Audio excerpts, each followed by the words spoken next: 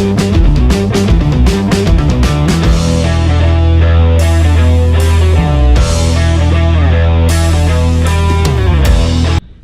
on No Meeples Required, we're going to be going over the 2 to 5 player game Wasteland Express Delivery Service by Pandasaurus Games. It's going to be a quick overlook, and as you know, No Meeples Required is a segment in which we deal with Ameritrash type games, and there's not a lot of meeples in them, but some miniatures. So let's go take a look. Today we're going to take a look at the 2 to 5 player game Wasteland Express Delivery Service.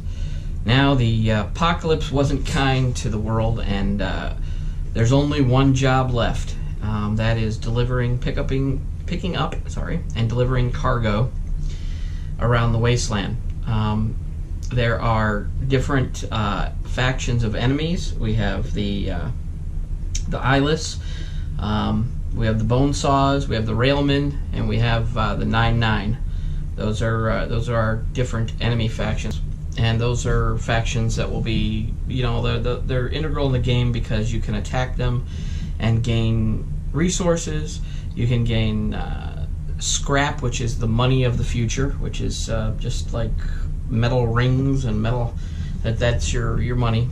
The object in this game is to complete 3 priority first-class contracts and maybe a private contract that is good enough to give you a victory condition. You have different priority first contracts like bailout, questionable decisions, kill them all, vision quest, and some of the components will only come out of the box if certain contracts are drawn. One contract that you always draw, it's always used, is called the blue screen of death. And for the blue screen of death, what you're responsible for is you're responsible from going from, let's see if I can find it. You're responsible for going from dispatch, which has the artifacts, and delivering here at the depot. That's the run back and forth between that. Everybody will get their little trucks that will represent their character. Everybody starts with special starting equipment and a ability. For the one that I have set up right now, the ability is, I'm starting with the Fallen, and along with the Fallen you get to start with armor, you get a sleeper cab, and you get a random ally. Now, what a sleeper cab does is it allows you to have more than one ally. Everybody can have one ally, but if you have more than one, you must have a sleeper cab installed in your vehicle. The vehicles are put on basically your player board. You can add 2 cabs to the back of this, which you can get at actually located in the mod shop, but you can buy them from the depot. You get a place. Everybody gets a place for armor, but this only takes damage if you have an armor piece. Otherwise, your spaces in your truck take damage, and when they take damage, you can't put anything in them. And if there's something in them, you lose that. You lose that food, weapon, or water. On your turn, in a round, I'll say, in a round, you'll get 5 actions, and those 5 actions will be right here, and they're represented by little gears. Now, when you go to move, you move your gear up to the 3 movement, and you'll be able to move your truck 1, 2, 3. Anytime that you stop on a tile that has a symbol, like this one is the railman, then you will be responsible for moving the railman's truck. That would be the blue truck over here, and you can move it into any one adjacent space. You can't go diagonally.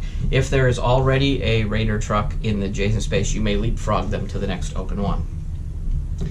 As long as you don't move, you don't do anything like purchase or an outpost action or deliver, then your next move, when you move up, it'll go into 4, and you'll be able to move forward 4 spaces. But the minute that you stop, like say you move 4 spaces and you make a purchase, all your momentum goes away and it goes into the action. Everybody gets to do 1 pillage action if possible. You can do 1 purchase action, 2 delivery, and 2 outpost actions. Bonus actions are used when you're completing like specific contracts, and that will be the only thing you'll do on your turn, I believe. It's very unique movement system. It's a very unique mechanic. I like it. It's interesting. Basically, the whole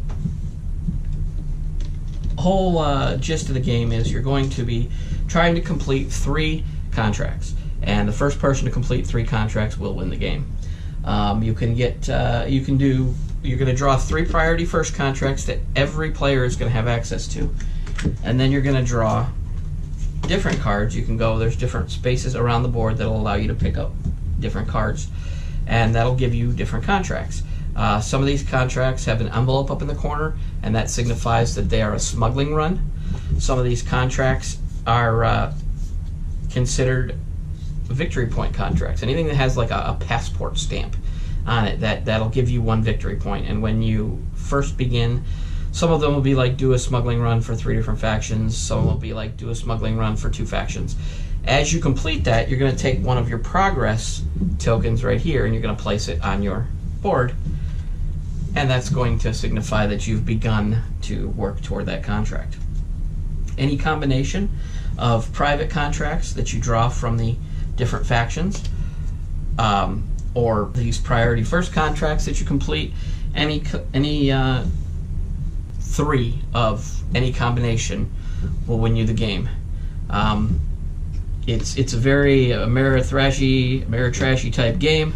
You have the minis, which I plan to get around to painting at some point, but basically this is the game. There's a lot of different paths to victory. There's a lot of different things you can do. It's a lot of fun. I don't think I've reviewed this game yet, but if I did, it would definitely be 2 thumbs up. Basically, if you like what you're seeing, please like and subscribe to my channel. And this has been another No Meeples Required.